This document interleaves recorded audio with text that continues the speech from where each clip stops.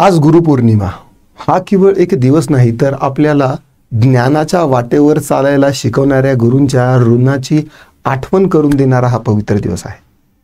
ज्याप्रमाणे एखादा दिवा अंधारात प्रकाश देतो त्याप्रमाणे गुरु आपल्याला अज्ञानाच्या अंधारातून बाहेर काढून जीवनाच्या प्रकाशमय वाटेवर नेतात.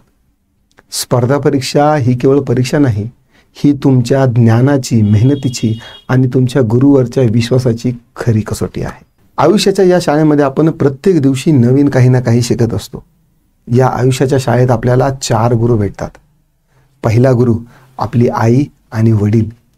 जन्मल्यापासून आपल्यावरती काय संस्कार व्हावे हे डिफाईन करतं की आपण आयुष्यामध्ये किती पुढे जाणार आहोत. एक आई 100 शाळेच्या पेक्षाही मोठी असते. लहानपणात जे बाळकडू मुलाला मिळायला पाहिजे ते जर मिळालं तर जग पलटवण्याची ताकद त्या मुलामध्ये असते. म्हणून आई वडील हे पहिले गुरु. दुसरी गुरु असते शाळा. शाळेमध्ये गेल्यानंतर आपल्याला या व्यावहारिक जगामध्ये जगण्यासाठी काय काय ज्ञान आत्मसात करायला पाहिजे ते शिकवणारी शाळा म्हणजे शाळा. तिसरे गुरु म्हणजे आपले शिक्षक.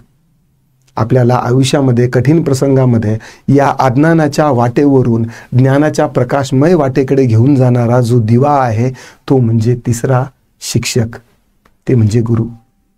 आणि या आजच्या 21व्या शतकातील चौथा आणि सगळ्यात महत्त्वाचा जो गुरु आहे तर तो आहे टेक्नॉलॉजी. हे जे फोन, टॅबलेट, मोबाईल वगैरे हे जे आहेत ना, हे देखील आजच्या युगातले गुरुच आहे. मग यावर आपण या गुरूंकडून काय शिकतो हे आपल्यावरती डिपेंड आहे. आजच्या या युगामध्ये सगळे मुलं जे आहेत तर ते जवळपास डिस्ट्रॅक्टेड आहेत. Everybody is distracted. हा जो चौथा गुरु आहे ना, या चौथ्या गुरुचा उपयोग व्यवस्थित करून घेत नाही आहेत. ते अनलिमिटेड वेळेपर्यंत रील स्क्रोल करणं असो, ज्ञानाचा अखंड सागर जो आहे तुमच्यासाठी या चौथ्या टेक्नॉलॉजीच्या गुरूनं ओपन केलेला आहे.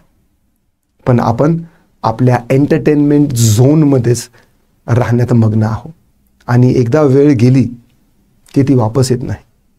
दररोज 5 ते 6 तास प्रत्येक माणूस आज मोबाईलवरती गुंतलेला आहे.